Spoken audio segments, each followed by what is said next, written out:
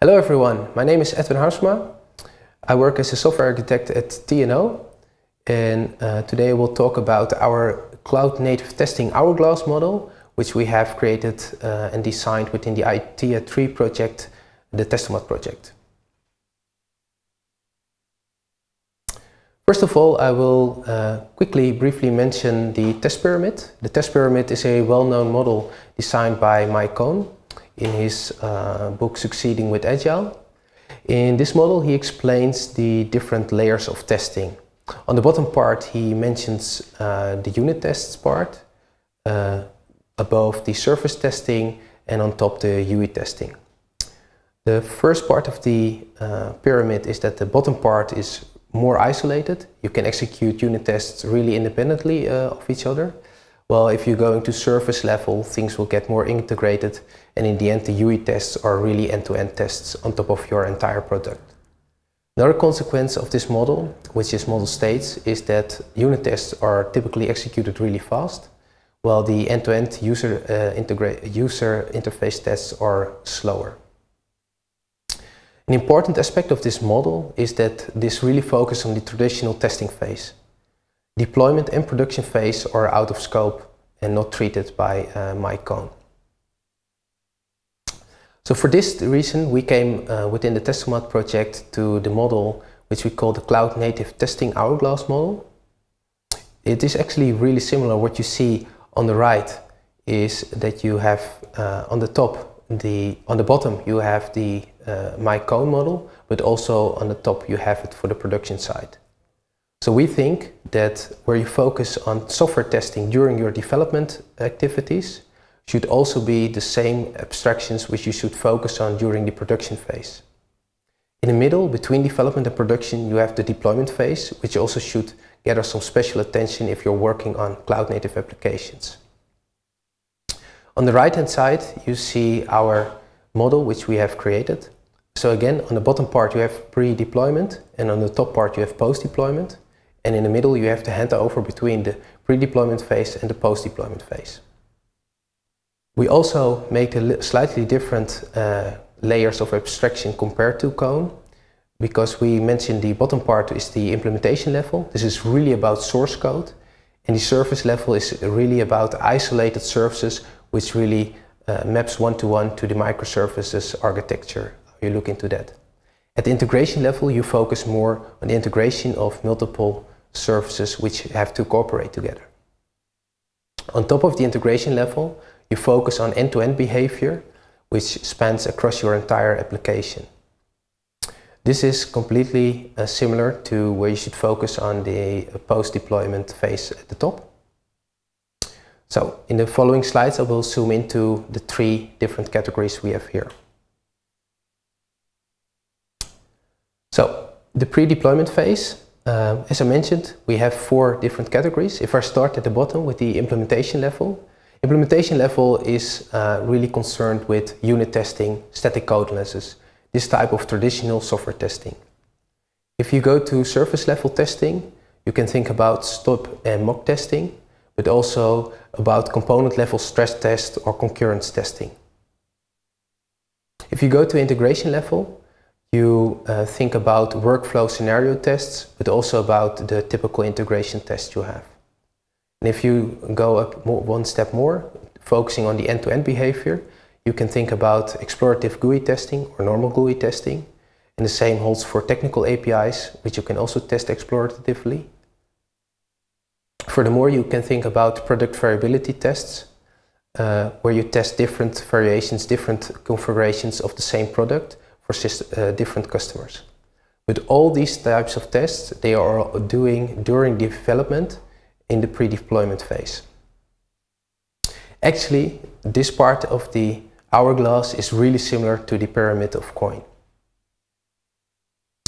If we zoom into the deployment phase, we come really to the cloud-native behavior of this type of testing. For deployment, you can think about blue-green deployment, which is a mechanism on how you can release software in a safe way to production. It's a way that you first deploy your software to a shadow environment, for instance in this case the blue environment, and you start your synchronization processes between databases on both sides. And once the blue environment is completely synchronized and the entire website or system is offline, you will actually switch from the green online environment to the blue one. At this moment, you have upgraded your entire application to the new version, and you can also do some quick validation steps to see if everything is working okay. At this point, if you encounter a problem during the release, during that the software is operational, you can do really a fast rollback from the blue, which is the new environment, to the old green environment. So also rollbacks can be done really fast. Another way of working is canary testing. This is a more modern way where blue-green deployments typically involve downtime of the system because you have the hard handover between the green one to the blue one. In canary testing, you do everything more seamlessly. In this way, you're actually stating that a part of the systems or a part of the users connected to the system, for instance, you start with 10%, are directed to the new version. And during this activity, you start to measure some metrics. You start to monitor the behavior of the application, resource management, speed of calls, responsiveness. And if everything after a certain while is still okay, you can actually upgrade the next iteration. So then 20% of your customers will be connected to the new site. You continue this process up to 100%. And at some point, you will if you encounter a problem at some point, then you can do a rollback of the system and stop the upgrade process. So in this case, you really zoom in on the testing activities which have to happen during deployment. When are you going really to accept the new software at production? Now we are going to the post-deployment testing phase. During the post-deployment testing phase, we have again the 4 categories I just mentioned. So if we this time start again at the implementation level, we focus on distributed testing. Distributed testing is about focusing on individual pieces of source code, how long they could. So during the execution time, you're recording matrices and you are also, well, getting statistics out of it. You might want to combine this with the live logging results from the application, but everything is related to individual pieces of source code. At service level, you might think about monitoring and service profiling the behavior of the entire service. Is everything still going smooth? But also things like online health checks will happen in this layer. Another aspect is that you will also, in this part, you can also focus on data quality assurance. Is your model still suitable nowadays for the data which is coming in now? Is the data becoming worse and should you stop working with the same model? In the integration level, you can think about aspects like chaos engineering, where you actually introduce yourself faulty behavior in your system so that, well, failure becomes part of the regular behaviors of your system. But also solutions like passive monitoring or surface mesh monitoring could help in this case. Furthermore, because we are talking about the cloud-native application, which and the orchestrator is responsible for stopping and starting new services instances on the fly. Also, during every service instance, you have to do your smoke tests when a new application comes up. Also, monitoring this part of the, if the services will come online properly, is part of this integration level testing.